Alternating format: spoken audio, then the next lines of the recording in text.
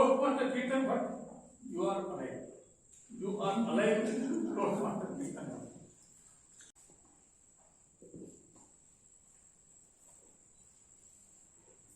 Pathways is the new way of path for all of us, claimed one of our past presidents, Toastmaster Bhat.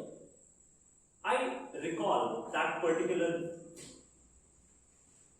day in the year of 2018 that must have been one of our club committee meetings. I was shocked, surprised and curious at the same time. Shocked because Toastmasters International was changing its entire educational program. Surprised because I was halfway through my competent communicator manual, that was the older program, and I have to begin once again from scratch, and curious to know what this Pathways is all about. And later I got to know that Toastmasters is modernizing the entire educational program. Each member will get 12 different paths and they can choose any of it based on their interests and requirements. And we will get a maximum of 2 years to transition into it. At the beginning, I was a bit hesitant to transition into Pathways. Now, some of you who were there when Pathways were being rolled out can relate to this. I completed my competent communicator and competent leader manuals, and I also finished my advanced bronze manuals. And then in 2020 June, I transitioned into Pathways. I said, let's find out what this Pathways is all about. Ladies and gentlemen, June 2020, that was my beginning into this journey of Pathways. I gave my icebreaker speech for the second time and chose my path as innovative planning.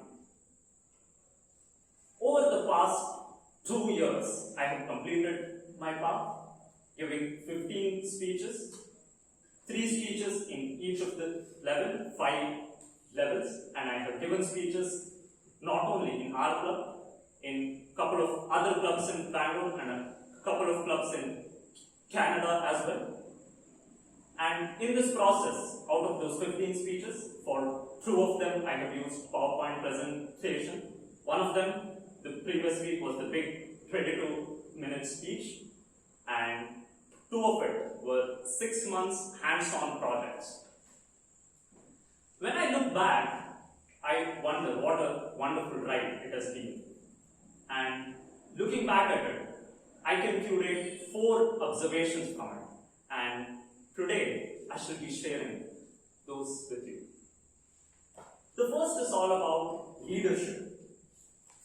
In my second level, there was a project about finding out my leadership style and about mentorship. When I was going through the project guidelines and looking back at my life to find out who were the people who had the maximum impact in my life, I found out that it was leaders who led by influence. They just lived the best life possible and they had highest standards of conduct, excellence, integrity, and they never settled for mediocrity. I wanted to be that. So when I got the opportunity to take up the level 5 high performance leadership project, I chose my presidentship at our club as that project.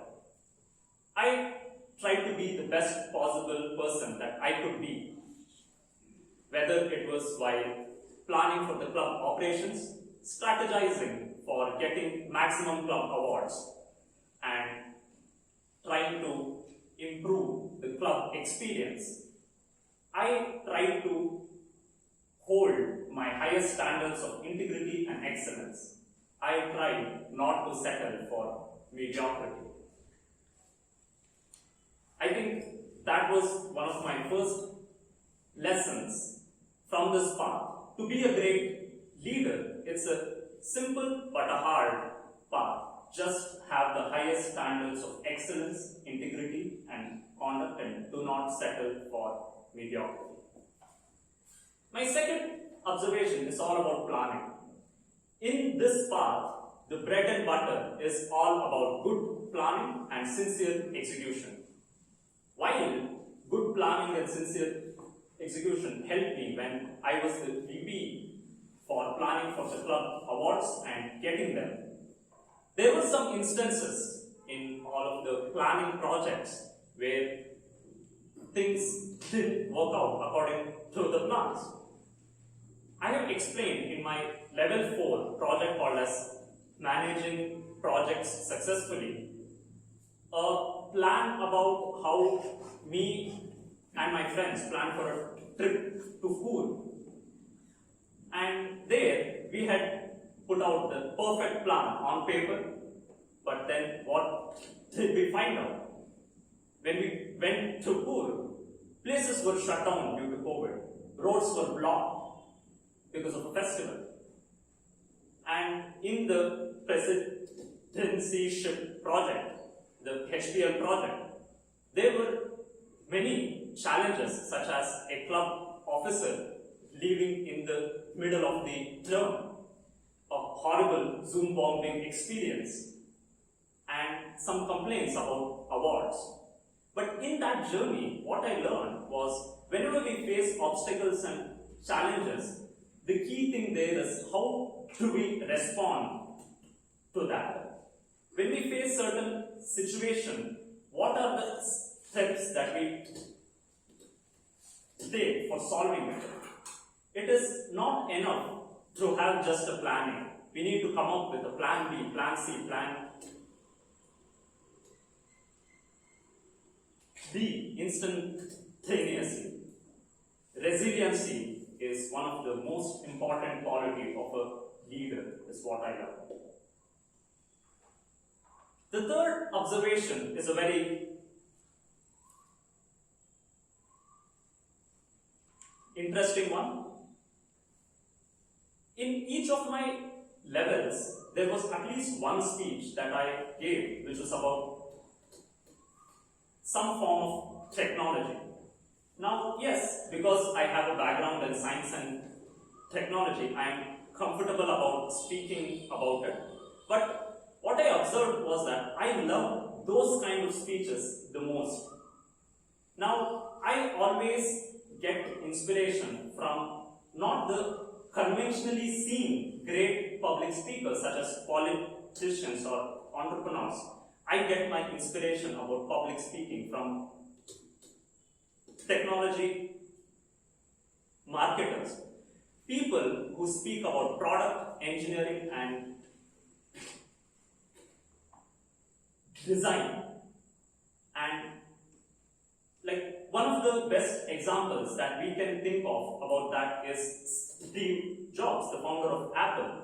His simplistic views about building a brand and marketing products around massive visions, around great thinking, those are still being studied.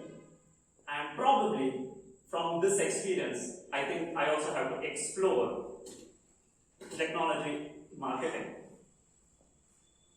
And the fourth observation, it's about the basics. It's about storytelling. I have always wanted to find ways to be able to create a story in a very simple way, but which can leave massive impact to the audience.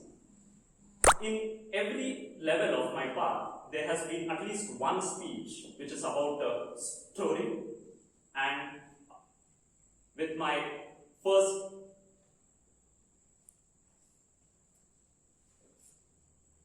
icebreaker speech, with all the speeches that I prepared for the contests, I have always wanted to tell a simple story in a very authentic way. That is still an ongoing process, and I'm on a quest to be able to tell better stories at my workplace, with my friends and family, act and outside of Toastmasters. So these were the 4 observations that I have had with my journey of Pathways about leadership, about planning, about technology, and about storytelling. Now, a very obvious question would be, what next? While I have selected my second path as effective coaching, I will be trying to seek opportunities to lead and plan, where I can try to be my best possible self and have built the quality of resilience to face challenges and obstacles as it comes. And also, I want to explore other forms of storytelling, such as slam poetry, storytelling competitions, conferences where I can speak about technology projects, and probably stand-up comedy also. Ladies and gentlemen, दिलों में तुम अपनी बेताबियों को चल रहे हो तो जिंदा हो तुम। दिलों में तुम अपनी बेताबियां लेके चल रहे हो तो जिंदा हो तुम। This is a small excerpt from the movie Zindagi Na Milegi Dobara, and it says that if you're moving with curiosity and